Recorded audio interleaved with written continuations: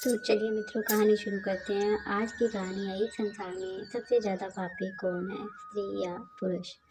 भोगवती नाम की एक नगरी थी। उसमें राजा रूपसेन राज करता था। उसके पास चिंतामणि नाम का एक तोता था। एक दिन राजा ने उससे पूछा, हमारा विवाह किसके साथ होगा?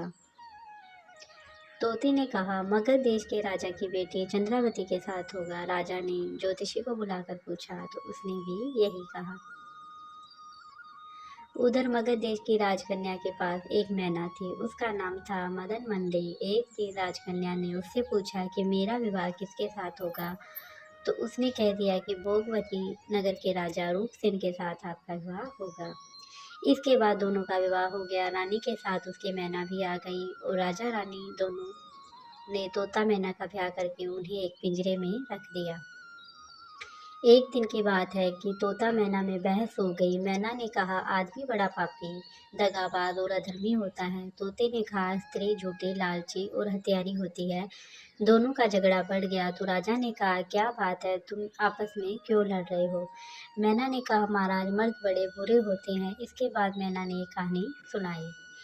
इलाहापुर नगर में महादर नाम का एक सेठ रहता था। विवाह के बहुत दिनों के बाद उसके घर एक लड़का पैदा हुआ। सेठ ने उसका बड़ी अच्छी तरह से पालन लालन किया, पर लड़का बड़ा होकर जुआ खेलने लगा। इस बीच सेठ मर गया। लड़के ने अपना सारा धन जुए में खो दिया। जब पास में कुछ ना बचा तो वह नगर छोड़कर चंद्रपुरी नामक नगरी में जा पहुंचा। वहां हेमगुप्त नाम का साहूकार रहता था। उसके पास जाकर उसने अपने पिता का परिचय दिया और कहा, मैं जहाज लेकर सौदागरी करने गया था, माल बेचा, धन कमाया, लेकिन लौटते समय समुद्र में ऐसा तूफान आया कि जहाज डूब गया और मैं जैसे तैसे बचकर यहाँ आ गया। उस सेठ की एक लड़की थी, रत्नावती। सेठ को बड़ी खुशी हुई कि घर बैठे इतना अच्छा लड़का मिल गया। उसने उस लड़के को अपने घर में रख लिया और कुछ दिन बाद अपनी लड़की से उसकी शादी कर दी। दोनों वहीं रहने लगे। अंत में एक दिन वहां से विदा हुए। सेठ ने बहुत सा धन दिया और एक दासी भी उनके साथ भेज दी। रास्ते में एक जंगल पड़ता था। वहां आकर लड़के ने स्त्री से कहा, यहाँ बहुत डर है, तुम अपने गहने उतार कर मेरी कमर में बांध दो। लड़की ने ऐसा ही किया। लड़की इसके बाद लड़के ने कहारों को धन देकर डोले को वापस दिया और दासी को मारकर कुएं में डाल दिया। फिर स्त्री को भी कुएं में पटक कर आगे बढ़ गया। स्त्री रोने लगी। एक मुसाफिर उधर जा रहा था। उधर से जंगल में रोने की आवाज सुनकर वह वहां आया। उस कुएं से निकालकर उसे घर पहुंचा दिया। स्त्री ने घर जाकर माँ बाप से कह दिया, रास्ते में चोरों ने हमारे गहने छीन लिए और दासी को मारकर मुझे कुएं में ढकेल कर भाग गया। बाप ने उसे डांडस बजाया और कहा कि तू चिंता मत कर, तेरा स्वामी जीवित होगा और किसी न किसी दिन वापस जरूर आएगा। उधर वह लड़का जेवर लेकर शहर पहुंचा। तो उसे जुए की लत लगी थी। वह सारे गहने जुए में हार गया। उसकी बुरी हालत हुई तो वह यह बहाना बनाकर उसके लड़का हुआ है अपने ससुराल चला गया। वहां पहुंचते ही सबसे पहले उसकी स्त्री मिली। वह बहुत खुश हुई। अपने पति से कहा, आप कोई चिंता ना करें, मैंने आपकी कोई बात अपने पिता को ये नहीं बताई है। सेठ अपने जमाई से मिलकर बड़े प्रसन्न हुए और उन्होंने उसे बड़ी अच्छी तरह से घर में रखा। कुछ दिन बाद एक रोज जब वह लड़की गहने पहने सो रही थी, उसने चुपचाप छुरी से उसे मार डाला और उसके गहने लेकर चंपत हो गया। मैना बोली, महाराज, ये सब मैंने अपनी आंखों से देखा। ऐसा पापी होता है आदमी। राजा ने तोते से कहा, अब तुम जाओ, बताओ स्त्री बुरी क्यों होती है? इस पर तोते ने भी एक कहानी सुनाई। कंचनपुर में सागर दत्त नाम का एक सेठ रहता था। उसके श्री दत्त नाम का एक लड़का था। वहां से कुछ दूर पर एक और नगर था, श्री विजयपुर। उसमें सोमदत्त नाम का सेठ रहता था। उसके एक लड़की थी, श्री दत्त को ब्याही थी। ब्याह के बाद श्री दत्त व्यापार करने प्रदेश चला गया। 12 बरस हो गए और वह न आया तो जय श्री व्याकुल होने लगी। एक दिन वह अपनी अटारी पर खड़ी थी कि एक आदमी उसे दिखाई दिया।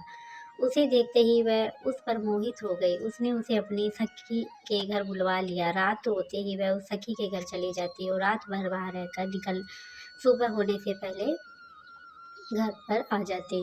इस बीच एक दिन उसका पति परदेश से वापस घर आया। स्त्री बड़ी दुखी हुई। अब वह क्या करे? पति हारा थका था। जल्दी ही उसकी आंख लग गई और स्त्री उठकर अपने दोस्त के पास चली गई। रास्ते में एक चोर खड़ा था। वह देखने लगा कि स्त्री कहाँ जाती है। धीरे धीरे वह सहेली के मकान पर पहुंची। चोर भी पीछे पीछे गया। संयोग से उस आदमी को सांप ने काट लिया और वह मर पड़ा था। स्त्री ने समझा सो रहा है। वही आंगन में पीपल का एक पेड़ था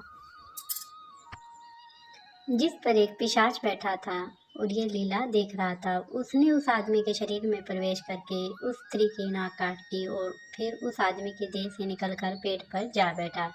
स्त्री रोती हुई अपनी सहेली के पास गई। सहेली ने कहा, तुम अपने पति के पास जाओ और वहां बैठकर रोने लग जाओ। कोई पूछे तो कहना कि ये सब मेरे पति ने किया है।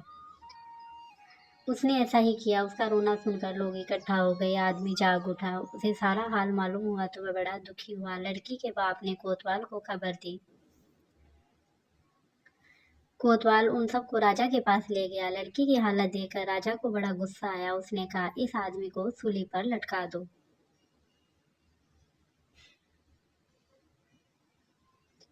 वह चोर वहां सब कुछ देख रहा था। जब उसने देखा कि एक बेकसूर आदमी को सूली पर लटकाया जा रहा है तो उसने राजा के सामने जाकर सब हाल बता दिया। बोला, अगर मेरी बात विश्वास ना हो तो आप जाकर देख लीजिए। उस आदमी के मुंह में स्त्री की नाक है। राजा ने दिखवाया तो बात सच निकली। इतना कहकर तोता बोला, हे राजा, स्त्रियां ऐसी होती है। राजा ने उस स्त्री को सिर मुंडवाकर गधे पर चढ़ाकर नगर में घुमाया और शहर से बाहर छुड़वा दिया। यह कहानी सुनकर बैताल बोला, राजा बताओ कि दोनों में ज्यादा पापी कौन है। राजा ने कहा, स्त्री। बैताल ने पूछा, कैसे। राजा कहा, मर्द कैसा ही दुष्ट हो उसे थोड़ा धर्म का विचार रहता है, स्त्री को नहीं रहता, इसलिए वह अधिक पापीन है।